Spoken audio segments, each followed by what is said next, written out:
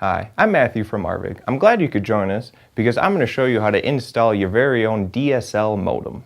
Step 1. Remove the new modem from the box and place it flat on a desk or table. Make sure you do not block the vents. Step 2. Unplug the phone cord from the old modem, DSL or line port, and plug it into the A-VDSL port on the new modem. Step 3.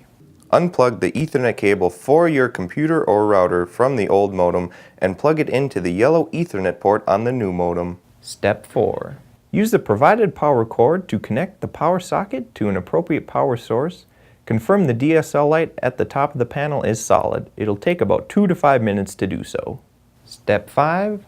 To finish the self-install, complete our online form at arvig.net/self-install.